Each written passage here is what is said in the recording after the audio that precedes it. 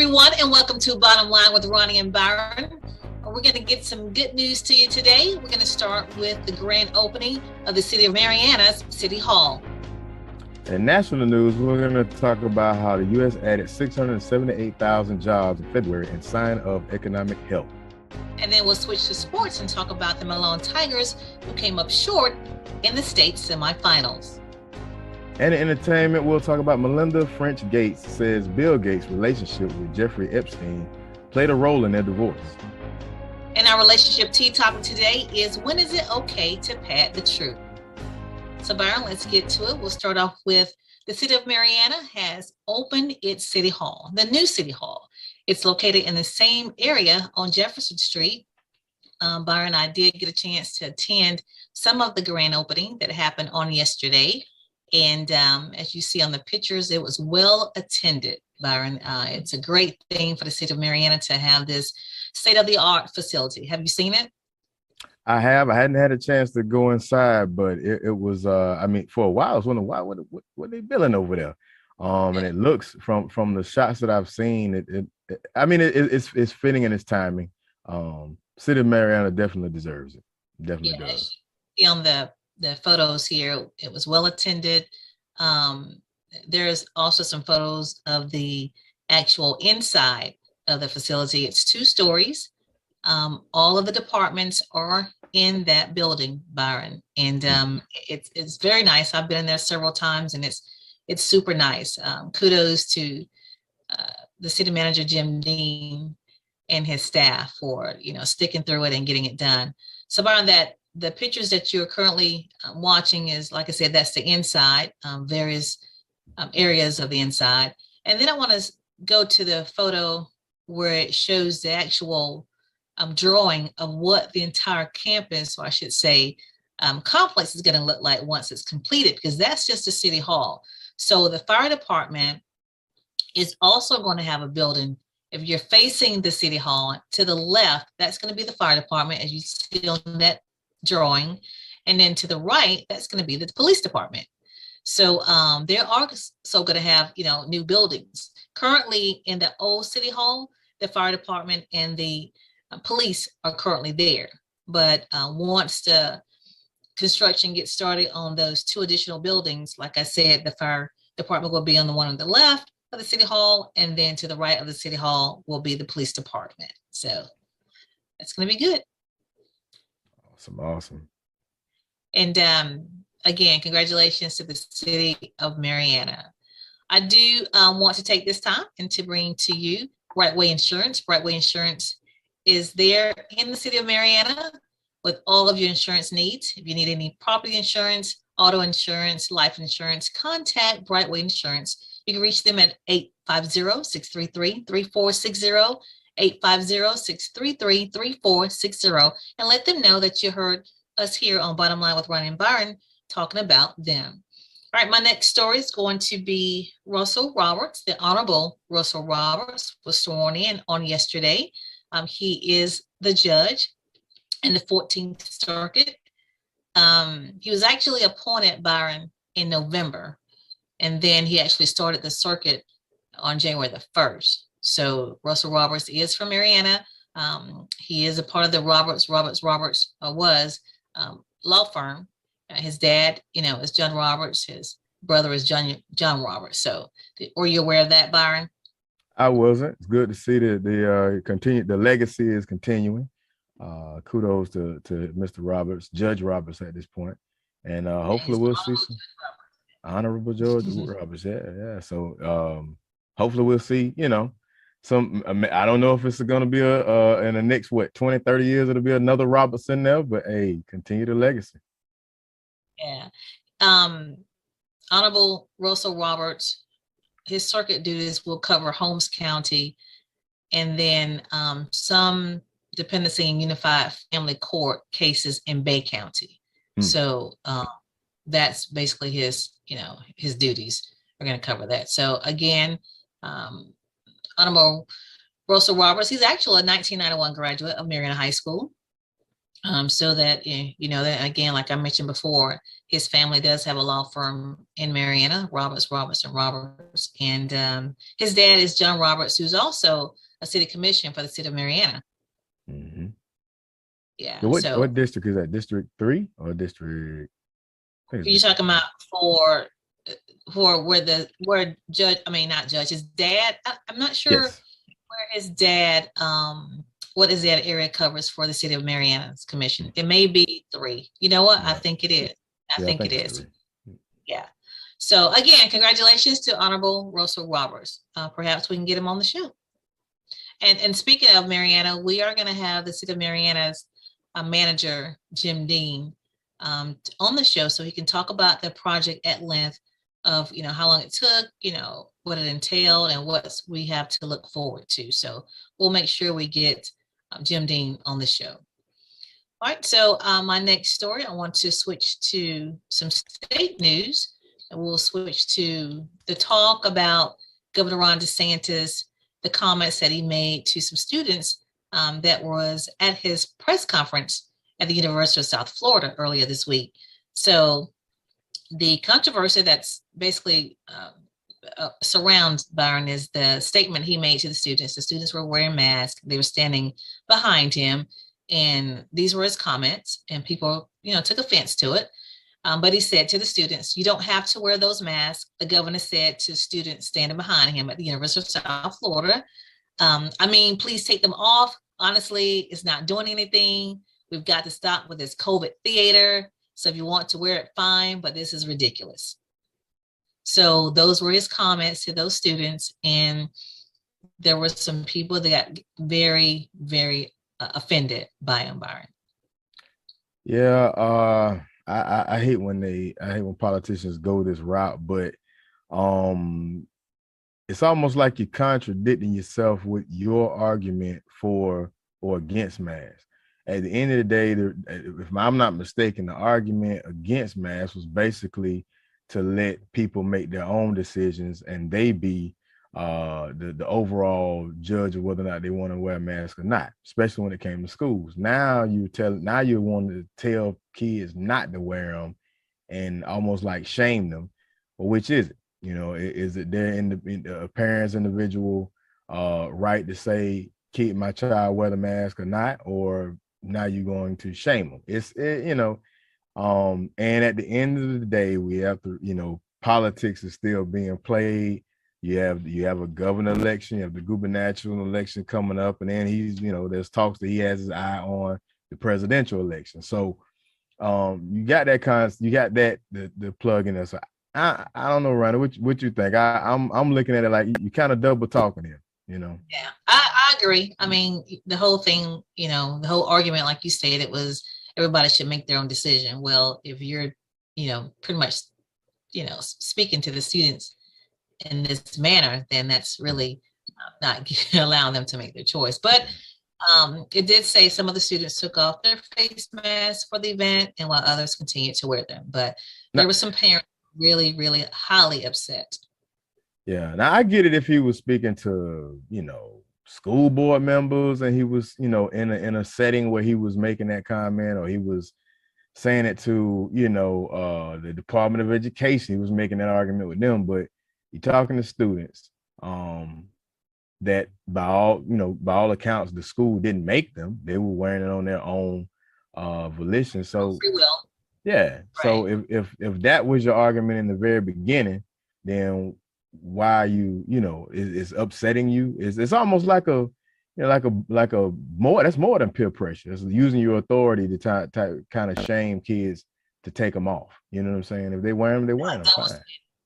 All right. So then my last thing, I just want to mention for you Wendy's lovers, Wendy's is having a promotion for the month of March for March Madness. They're giving like half off of their breakfast item. So if you want to check with Wendy's, please do. But for March Madness, they're offering half off all month deal for their March Madness month. So now I will tell you, I did check with the Wendy's on Highway 71 and they didn't have any knowledge of this. I did not speak to a manager, however, because the manager was not there, but the employee that I did speak with, they were unaware of this promotion. So I would suggest that people make calls to, we have two Wendy's, one on 71 and then one on Lafayette Street, that you would call and ask them if they are participating. And if not, get their general manager's phone number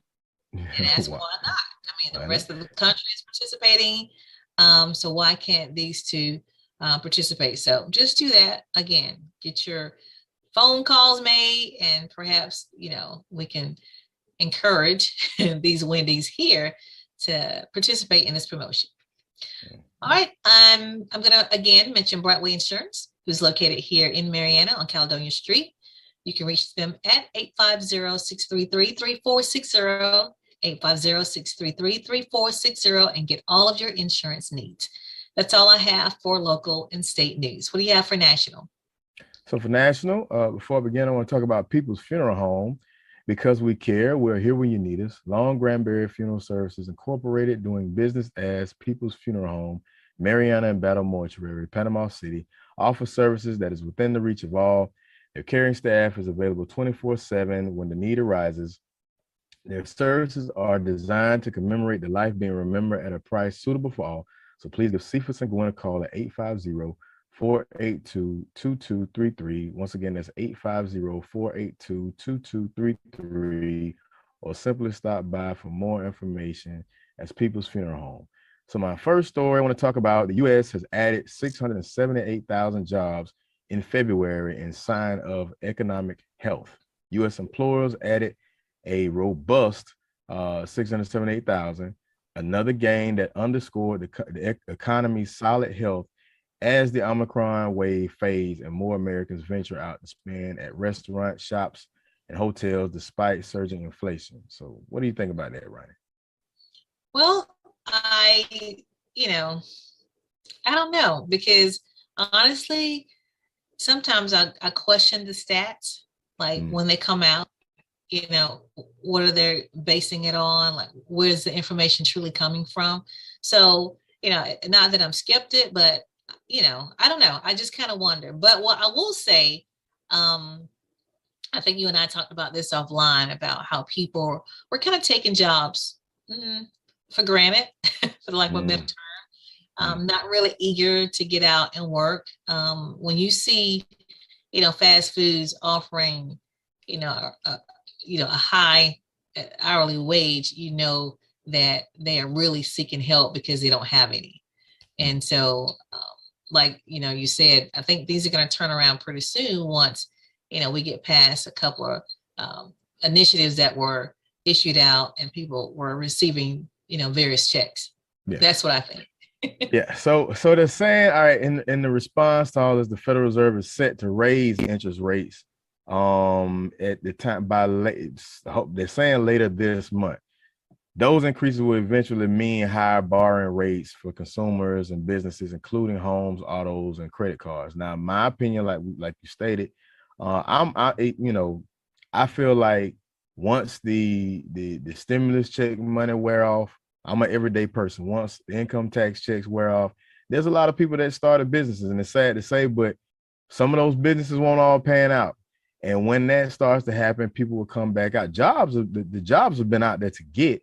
It's just not too many people have been out to go and work and jump back in to fill them. I think that will help, but it's almost like the economy always, when it comes to the markets, they always want to stretch consumers and want to stretch the American people when we're at our most vulnerable. So you're coming off of a pandemic, you're coming off of a war or something like that, and they want to raise rates right when people are kind of stretched the most to see how much they can go, how further they can go. But with gas prices raising higher due to, what's going on in Russia and Ukraine, all this stuff going together, it looks like it's going to be, it may almost tip us into a recession. And that's one of the reasons why they're kind of stepping back, realizing that larger hikes would rise or weakening the economy and maybe tip us into a recession. So it looks like they're looking to kind of weigh it out, see what happens, and it makes sense. But I just really think that they need to give it a little more time. I think they kind of jumped out there too early by raising the interest rates. I think if they pushed it to maybe May, June, it may make a little more sense. But either way, the U.S. is, highlighting jobs being more jobs being created and looking to have a promising boost. So in my next story, something that is kind of scary: rat carcasses on the conveyor belt inside Family Dollar rodent infested warehouse. So for those that may not know, I want to say it was either Family Tree bought Family Dollar or vice versa, but either way, both. Dollar Tree. Yeah, both. I'm sorry, Dollar Tree. Both share the same, the same company and say the same facilities. But Family Dollar closed more than 400 stores last month after more than 1,000 dead rodents were found at one of its distribution facilities. Yeah. Where's that at? Where was that located at? This is the main, I'm sorry, it's in West Memphis, Arkansas. That's where it's at. Since last January of 2020. In October of 2021, a fire drill sent dozens of rats scurrying around the facility due to a loud sound. And here's another one. The report that the FDA did, it ranged from live rodents and dead rodents of various states of decay throughout the facility, a mouse carcass on a pallet containing Hungry Jack cheesy scalloped potatoes, numerous rodent excretia pellets found on multiple food products such as Knorr chicken flavored rice and pasta, Alfredo, Big Taco Supreme flavored sunflower seeds, Jello brand instant chocolate, Jello, multiple, no less than five rats climbing up rack scaffolding and through a pallet containing potato chips. You even got them finding live rats in bags of chips coming from a distribution center to an actual Family Dollar store. So, it's bad. And right now, Dollar Tree is saying that the distribution center remains open, but it's operating at limited capacity. The facility is not currently shipping FDA regulated products such as packaged human and animal food, drug products, dietary supplements, medical devices, or cosmetics. And spokeswoman for Family Dollar said, "We are working on a remediation plan." I want to see what you think, but you got to do something more than a remediation plan. You might want to burn that whole place down and just rebuild another one. Well, yeah, you're saying 400 Family Dollar, stores closed because of this. That's a lot of stores. Yes. I don't know. Well, it says West Memphis, Arkansas, seem like the areas that we're talking about here. Because I'm saying that because we have a Family Dollar distribution center here. So exactly. I was just wondering, how was that? Were they affected or not? I haven't heard anything. Have you heard anything?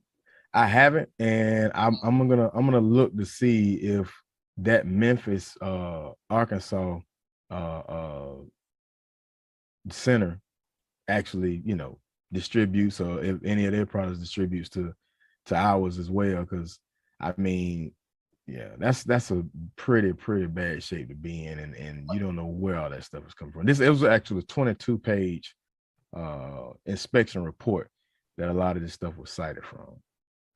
I do know this, Byron, that this basically has gotten the attention of the Memphis NAACP chapter. And of course, they're saying that, this would not have happened if it was in a, I guess, predominantly white neighborhood. So they're, really upset about, what has happened. Apparently, West Memphis obviously is a predominantly African-American.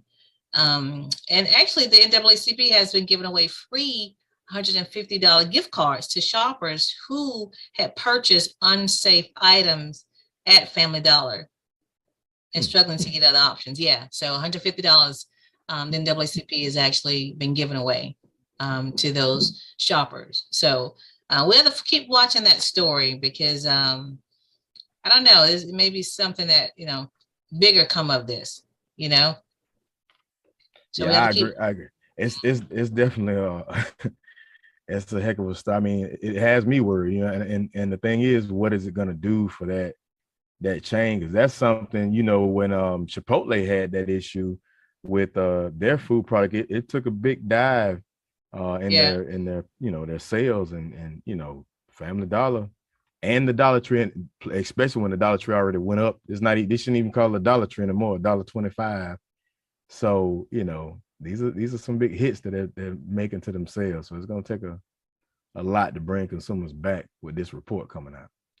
Yeah. So, Yeah. Okay. So in my last story, mainland America doesn't rely heavily on Russian oil, but Hawaii does. So according to this story, Hawaii really depends. The overall U.S. consumes very little Russian oil. So in 2021, oil from that country represented just about 3% of the total U.S. crude imports, just 1% of the oil processed by U.S. refineries. This is according to American Fuel and Petrochemical Manufacturers Trade Association. But Hawaii is an anomaly among U.S. states. It imports several million barrels of Russian crude oil annually, about 10 to 25% of Russian crude shipments. So that raises a question. Give me your thoughts on U.S. not getting much of its oil, and Russia, as you were, Hawaii being the one state that does. Well, I didn't understand that. I still don't understand it. So what's the difference? You tell me, what's the difference? So one reason why Hawaii relies so heavily on Russian crude oil is because of a 1920, it's called the 1920 Jones Act. This is a law that says that cargo sent by sea between U.S. ports must travel on ships that are built, owned, and staffed by Americans. So those shipments are very expensive. And so to cut down on the cost, large Hawaiian refineries tend to import their oil from abroad, hence Russia.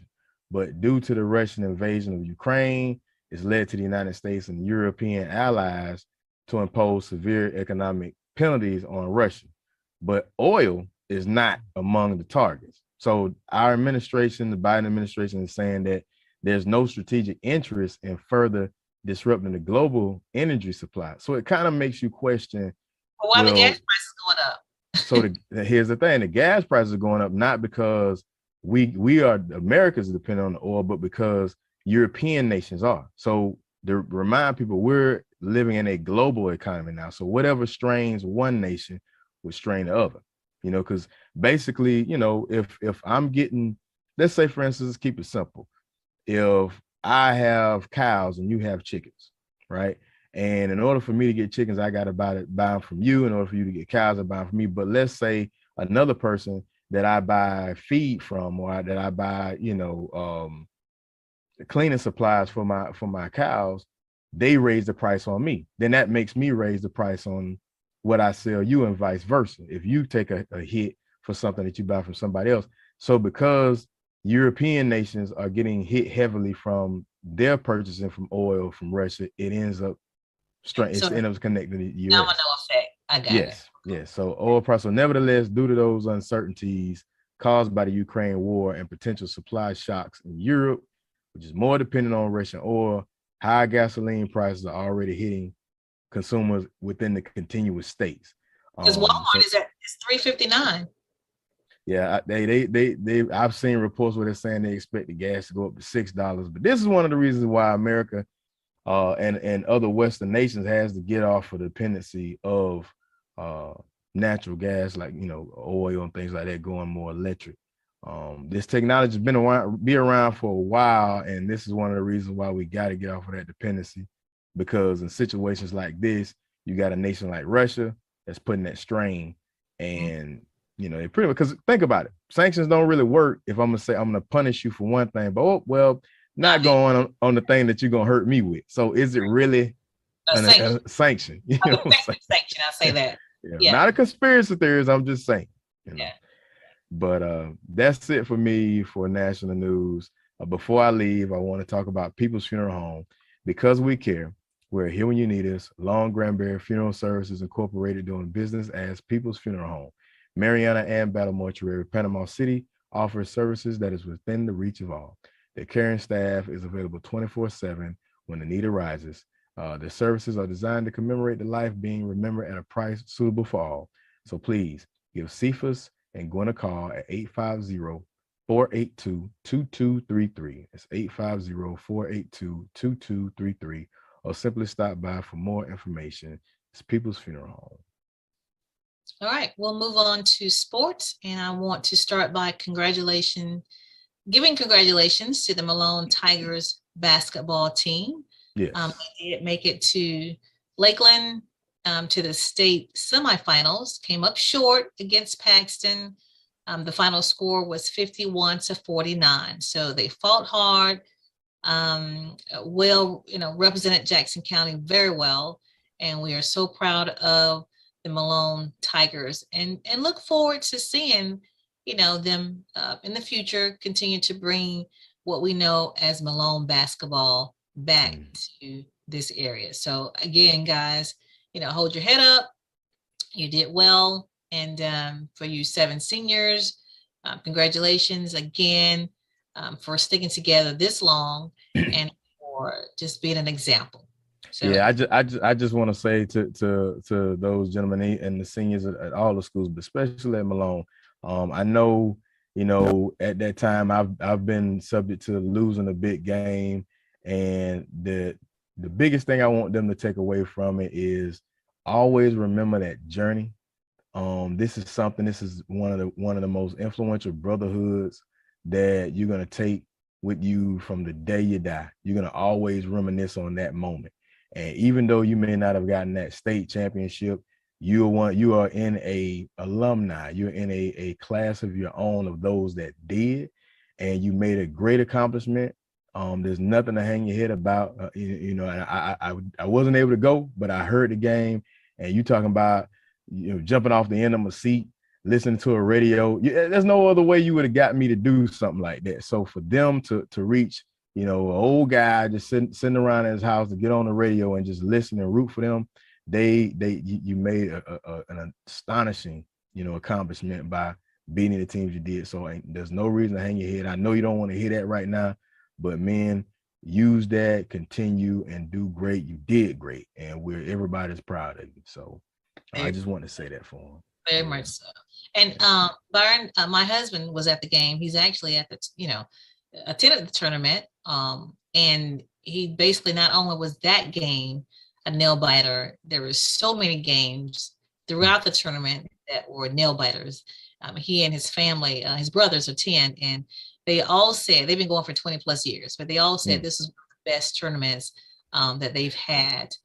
And so, Malone represented. That reminds me of a story real quick. I was in boot camp, was basic training, was going through the crucible, and we're doing pugil sticks, but the crucible, you get 3 days, 4 days, 3 nights, you get 3 days worth of meals. By that second day, you're worn out. You got no more food left. You probably have like some juices, some crackers, something like that left, and that's it.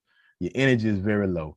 And I had to basically have my back turned, laying out on the ground, got the pugil sticks. I turn around, it's 2 7-foot giants in front of me, right? So it's either, I gotta fight them, and I'm going at it, getting my behind toe up. I'm getting toe up, but I just fix on one guy, and I'm gonna try to beat the mess out of the best I could. And next thing you know, because I wasn't scared, that motivated everybody else to jump, and it was just like all out brawl. And when it was over with, one of the guys was like, "Man, Dickens, you was getting your butt kicked, da. And I got hot. I said, "Yeah, but I ain't quit." And I was like, I wasn't scared. And the drill instructor that was with us, he was like, that just set him live. He was like, "That's right.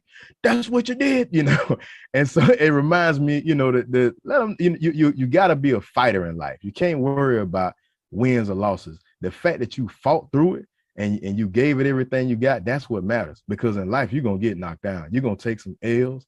And like they say, it's all about the bubble. It's all about how you get back up, dust yourself off, and keep going.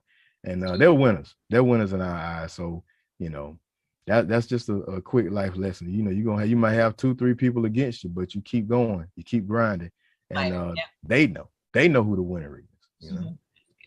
All right, so I'm going to move on to my next story. Katie Meyer, the soccer player from Stanford. She was the goalie. She's also the captain. She was found dead in her dormitory room on Tuesday. And the results from the medical examiner says it was self-inflicted. So she died by suicide. They did not state how or the manner, but it just states that she died by suicide. So 22 years old, Katie Meyer, the goalie for Stanford. Stanford actually won the state championship back in 2019, and she was the leader. She was still the captain of the team. Now, interesting enough, Byron, just recent reports have surfaced and said that she was involved in some type of disciplinary action from Stanford. Apparently, she was defending a teammate, and there were some issues that came from it, and she had been receiving, letters about it.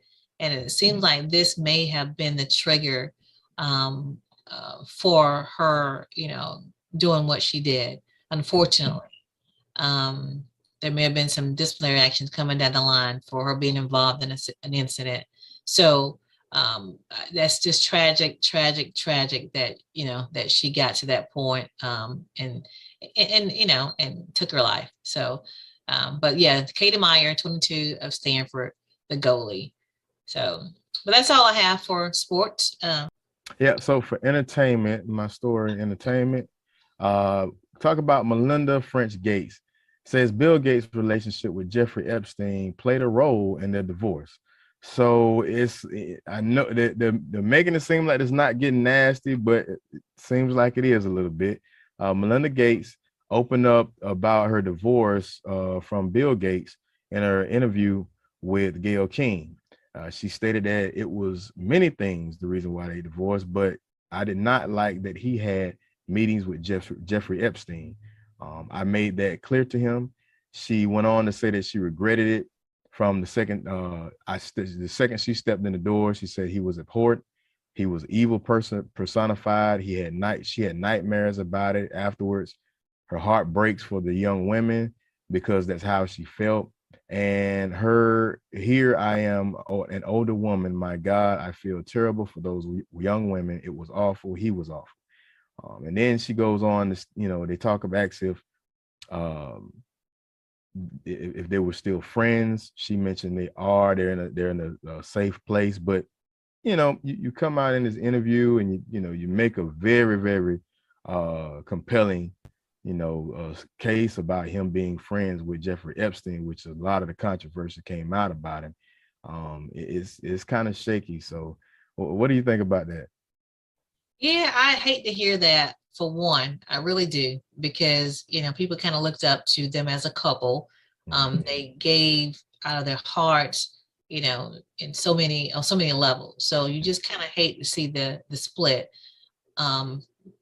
Anyway, so, but aside from that, I see, that now she's coming out and kind of being more honest about it, of the situation. And I really hate that, that was a circumstance, because, there was a lot of people's name that kind of surfaced when, that whole story broke, and names that we would be shocked that had involvement with him. So, I don't know. It's just, disappointing all the way around. Yeah, it's almost like everybody knew him, and everybody had any entertainer, anybody of statue was some way associated with him. And I mean, it's telling. But she went on a lot of questions that Gayle King did ask her. A lot of it she deferred and kind of said, any of the questions remaining about what Bill's relationship was, those are for Bill to answer, and she kind of left it at that. So we'll see what comes out. I don't know if a book is gonna come out, a memoir or anything like that. Money. I mean, she does not need the money. Nah. But divorces get ugly, and things come out and things get said. So we don't know what may come out beyond that. But hopefully nothing. Hopefully nothing. I just hate to see their names tarnished. And like I said, they're such, they've given so much, Yeah, big philanthropist. Yeah. So in my next story, Mariska Hargitay reacts to Law and Order Special Victims Unit actor's death. So the actor, his name is Ned Eisenberg. So he played one of the district attorney lawyers in Law and Order Special Victims Unit. He died February 27 after a battle with 2 forms of cancer. He was 65 years old. She made a statement, "My heart is so full of sadness over the loss of our dear Ned Eisenberg. What a light and what a love, and such a first-rate actor, which pales next to him as a first-rate human. We will remember him always with his bright, mischievous smile and his wide-open heart. We love and miss you, sweet Ned." So she played Mariska played Olivia Benson. Everybody knows Olivia Benson. She's been on Law and Order for years, and that character has been, she spawned off and done a lot of different things regarding sexual assault and things like that. And but the star Eisenberg, he starred on that role as attorney Roger Kressler. So he's made numerous appearances since '99 to 2019. But rest in peace to Ned Eisenberg. So speaking of Law and Order, Law and Order is back. The one with Dick Wolf and Anthony Anderson, that is back, currently show airing. So, and I know this because my husband is a big, huge with a capital H Law and Order fan. So he watched reruns for so many times. So now, there are current episodes showing. So I don't know if people know that, but yeah. Okay, cool. Yeah. Yeah, it's nothing like that doom, nothing like that noise. Yeah. It's like what it's like once I start watching Law, I can't turn it off and you get hooked. It's like first 48. But yeah. But that's it for me. That's it for me for entertainment. All right, we're going to switch to our relationship tea topic. And today we are going to discuss, when is it okay to pad the truth?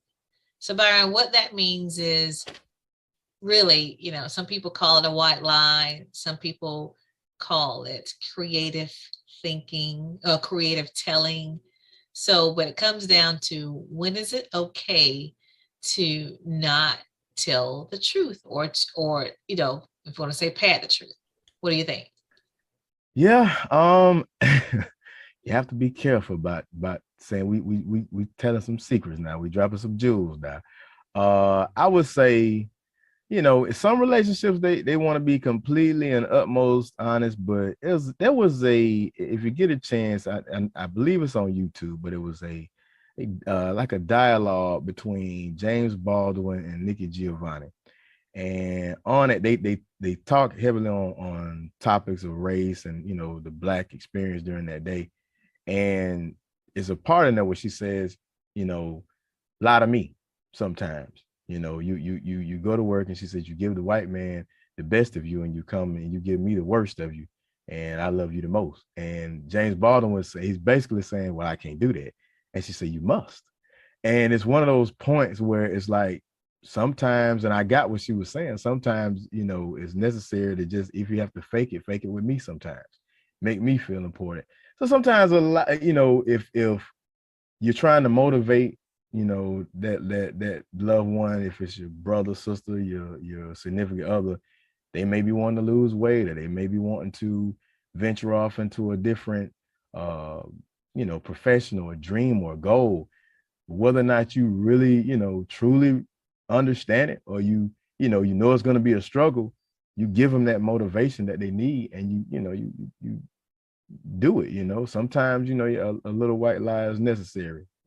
Sometimes that cooking ain't good, it's okay to say it is, just to get them through the day. You know what I'm saying? Well, okay, so I don't think it's good to mislead anybody, and it depends on the situation. You mentioned cooking. Okay, say for instance, there's someone is cooking and it's not the best. I think it's such thing as redirect.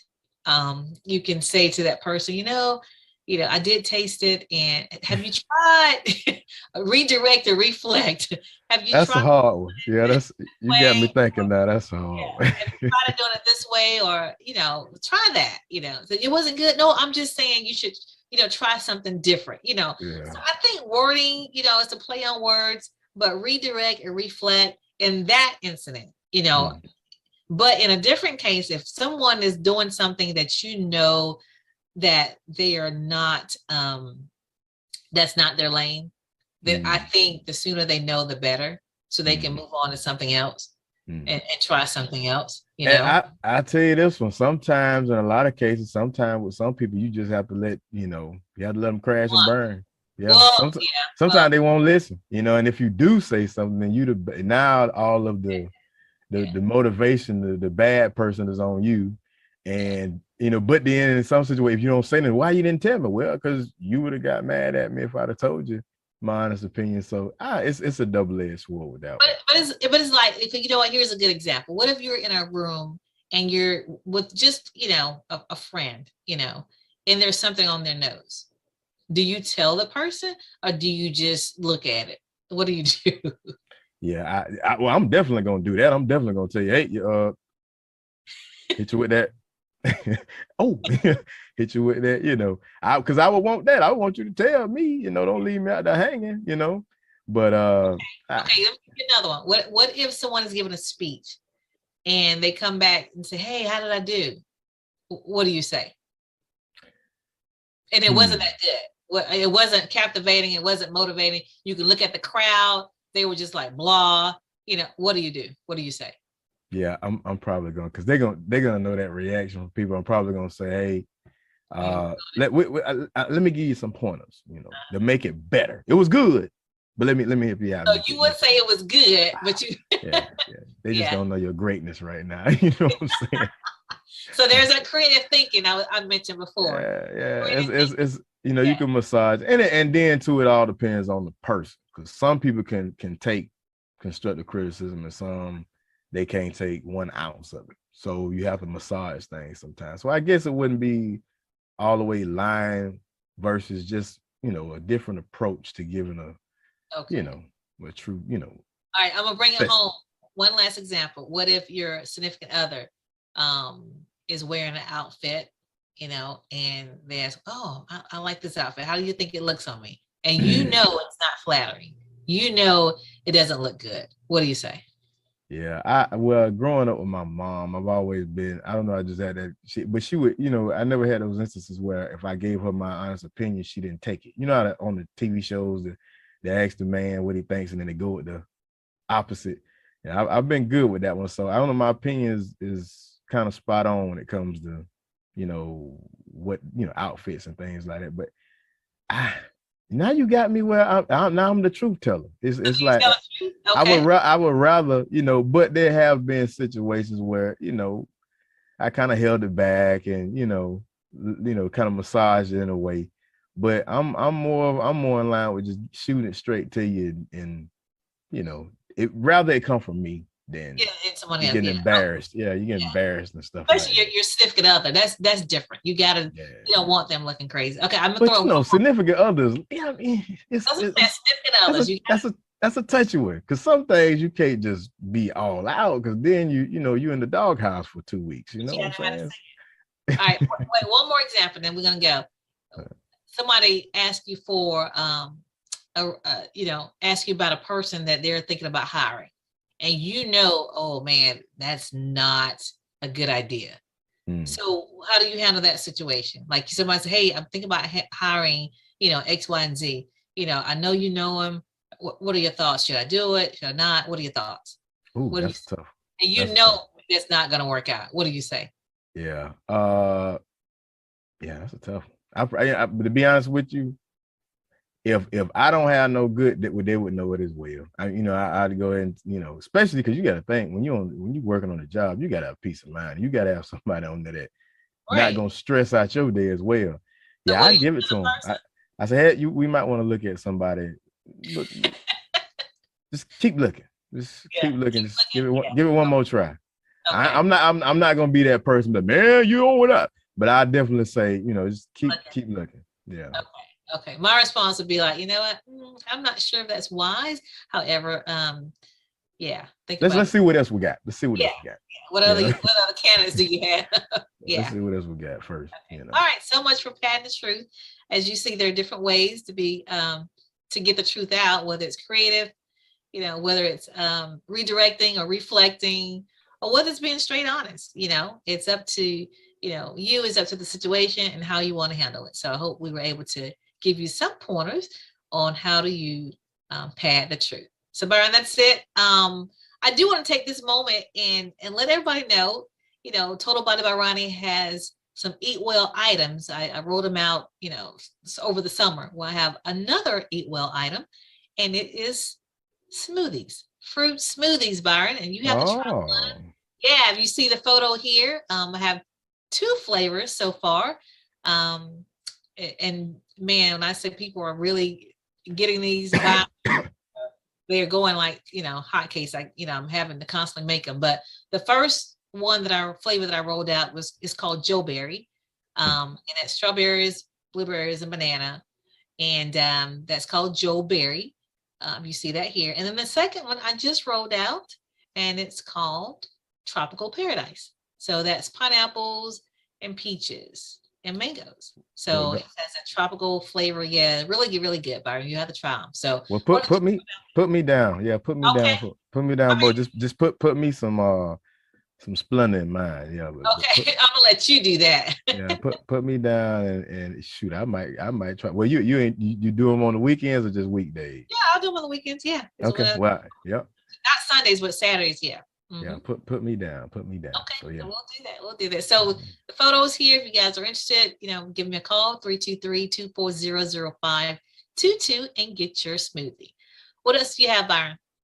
That's it for me. Just everybody once again. Oh, I've got, we still, even though it's not, Black History Month anymore, we still want to highlight our local heroes and our local African Americans that have made great contributions, and just stay following us on Facebook, and we'll be getting a lot of that info out because there's a lot of people. There's some people here locally that have done some great, phenomenal things that you just don't know about. But we need to give them flowers now rather than later.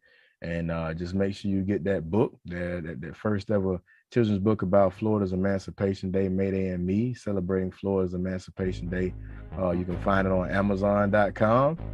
Just simply search the title or my name, as well as going to getting that workout done. You can get up with Roni, Total Body by Roni, and you can get some apparel that's appropriate to the culture and the history of Florida's Emancipation Day, 520foreverfree.com. All right, real good. Well, that's going to wrap it up for us for this week's episode. I want to say thank you to all of our supporters. Thank you who continually watch us on a weekly basis. Remember, when you know the truth, you can speak the truth. And the light shines brighter when it shines for two. We'll see you next week.